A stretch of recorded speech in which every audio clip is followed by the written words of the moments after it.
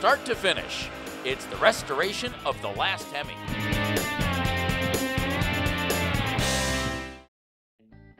So here we are with the underside of the HEMI. We've gotten it on the rotisserie now since it came back from the dipping and the e-coating.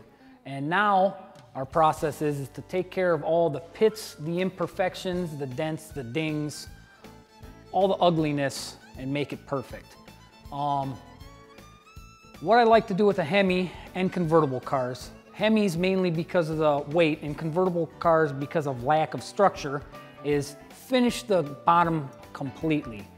Get it on its suspension so when it's settled, it's the way it's going to naturally sit on the road.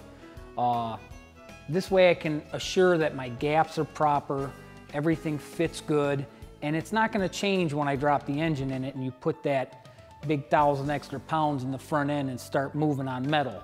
I like it to be in there so I can play around with it and get the weight set. Here we are already. I started some sanding, and what I'm doing is just emphasizing where all my pit marks are, going over, finding all the dings as I go along.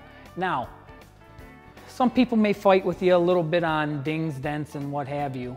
Of course, I'm going for the extra top of the line, best of the best. Don't want any imperfections. But, you know, I find a ding here that to me appears to be a spot where it might have been something when they were stamping it, got between the metal and the stamping, because I can't see the crease at all of where it would have been. I know it's not supposed to be there. I've seen others that it was nice and crisp and perfect there. So I am gonna ding it and fix it, but is it right? Is it wrong?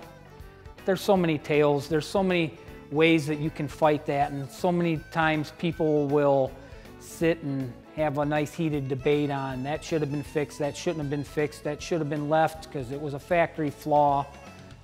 It goes on and on, round and round.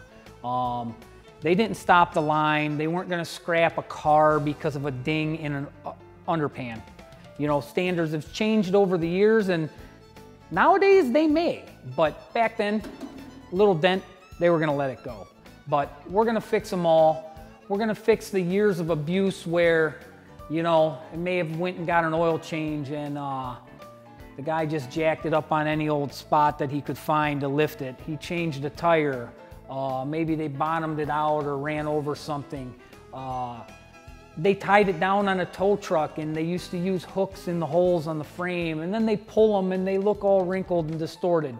None of that will be the case on this car. Everything will be smooth, fixed, flat, perfect. No more pits, no more damage, no more anything. We've still went back and forth with the owner on this one. He wants a car that's built better than factory standards, but a car that looks as perfect to factory as possible. The two collide a little, and we're trying to find that ground on which way we're gonna go. But right now, we're just gonna start getting it sanded, prepped, polyed, and every pit and every imperfection taken out of it. And we'll start from there and see how she finishes. Continue to follow the restoration of the Last HEMI on our website at thelasthemi.com.